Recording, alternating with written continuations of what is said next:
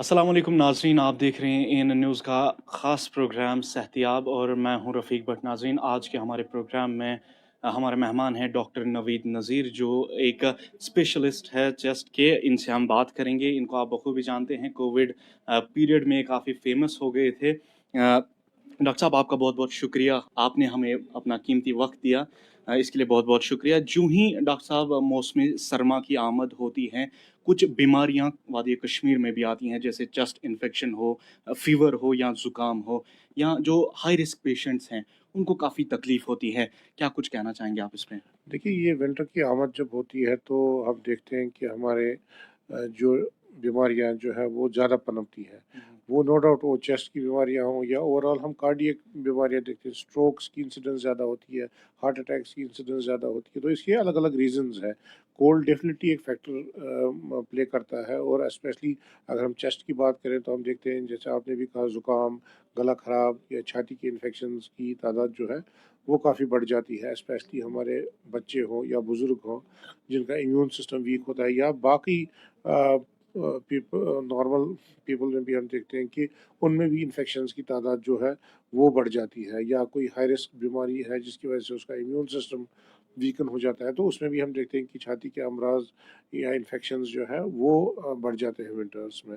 क्योंकि इसकी दो तीन वजूहत हैं। एक तो हम जो एक कोल्ड और लो एटमॉस्फेरिक ह्यूमिडिटी की वजह से हमारा जो इम्यून सिस्टम होता है एक रेस्पिरेटरी ट्रैक्ट का, वो वीकन हो जाता है, जिसकी वजह से जो इन्फेक्शंस का रिस्क होता है वो ज़्यादा हो जाता है।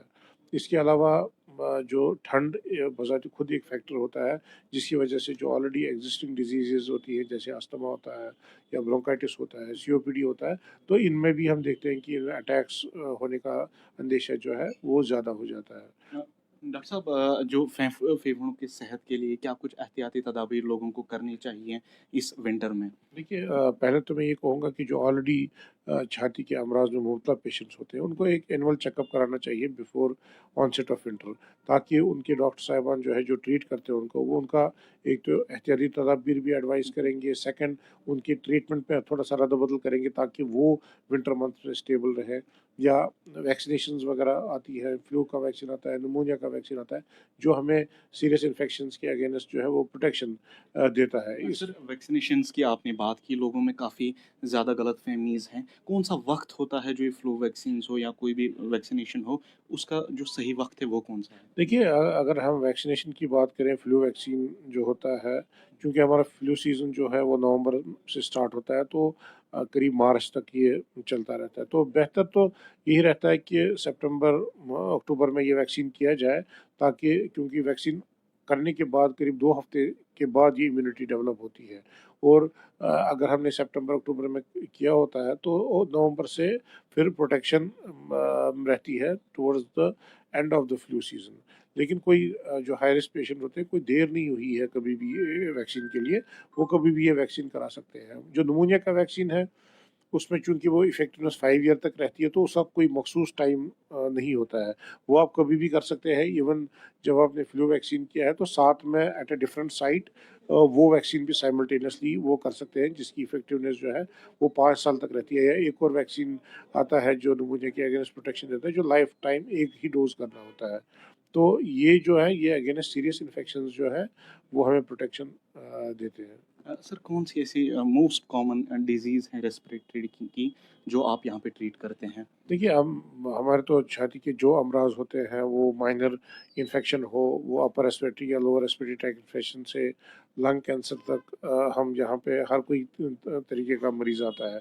और विंटर में हम अक्सर देते हैं कि एक तो इन्फेक्शंस की तादाद बढ़ती है, जिसमें अपर रेस्पिरेटरी या लोअर रेस्पिरेटरी ट्रैक्ट इन्फेक्शन हो, या ऑलरेडी जो अस्थमा के मरीज़ होते हैं या सीओपीडी के मरीज़ होते हैं, उनमें due to these infections attacks होते हैं, तो उनकी तादाद भी काफ़ी ड्यूरिंग विंटर टाइम हमारे पास यहाँ पे बढ़ जाती है। आखिर में लोगों के लिए क्या मैसेज देना चाहेंगे आप इस विंटर में सर? देखिए, मैं तो यही मैसेज दूँगा कि prevention is always better than cure. आप इलाज से पहले अगर आप एहतियाती तदाबीर ही बरतें, तो इंशाल्लाह आपकी जो तकलीफ़ है वो कंट्रोल में रहेगी। जो ऑलरेडी एग्जिस्टिंग चेस्ट डिजीज़ में मुब्तला होते हैं, या बाकी जो हमारे नॉर्मल पॉपुलेशन है, ان میں جو ہائی رسک رہتا ہے انفیکشن ہونے کا اسپیشلی بچوں میں یا اڈلٹس میں، ان کو ہم منیمائز کر سکتے ہیں بائی ٹیکنگ پریکاشنز لائک سردی میں نہ نکلے، اوائڈ ہی کریں اننیسیسرلی باہر نکلنا، اگر باہر نکلے تو کپڑے صحیح سے پہنے، منہ ناک ڈھک لے تاکہ ٹھنڈی ہوا اندر نہ جائے۔ اس کے علاوہ اپنا واٹر انٹیک انکریز کرے جورنگ ونٹر ٹائم۔ اس کے علاوہ ایک ڈائٹری ایک بیلنس ڈائٹ لے تاکہ آپ کا امیون سسٹم بوسٹ اپ ہو جائے، جو آپ کو ہیلپ کرے گا انفیکشنز کو فائٹ کرنے میں۔ تو یہ اگر یا جو ہم نے احتیاطی تدابیر جورنگ کووڈ لیے تھے بائی آئسولیٹنگ انفیکٹڈ پیشنٹس، کیونکہ ہم دیکھتے ہیں کہ ونٹر میں ہم جب ایک فیملی ممبر کو انفیکشن ہو جاتا ہے تو یہ پھر within a period of 10-15 days ہر کوئی اس میں انوالو ہو جاتا ہے۔ تو کوشش یہی رہنی چاہیے کہ اگر کوئی بھی انفیکٹڈ ہے اس کو آپ آئسولیٹ کریں، اسپیشلی کنٹیکٹ میں نہ لائیں، اسپیشلی جو ہائی رسک پیشنٹس ہوتے ہیں یا بزرگ ہوتے ہیں گھروں میں، تو جس سے ہم یہ انفیکشن کی ایک چین جو ہوتی ہے اس کو بریک کر سکتے ہیں اور باقی جو فیملی ممبرس ہیں ان کو پروٹیکٹ کر سکتے ہیں۔ چلیے، آپ کا بہت بہت شکریہ۔ تو ناظرین، یہ تھے ڈاکٹر نوید نذیر، چیسٹ اسپیشلسٹ ہیں۔ ان کو آپ نے سنا، ان کا کہنا ہے کہ جو ہائی رسک پیشنٹس ہوتے ہیں یا الرجک پیشنٹس ہوتے ہیں وہ صبح شام گھروں سے کم نکلیں۔ اگلے شمارے میں اور کسی ڈاکٹر کے ساتھ حاضر ہوں گے، آپ دیکھتے رہیے AN نیوز۔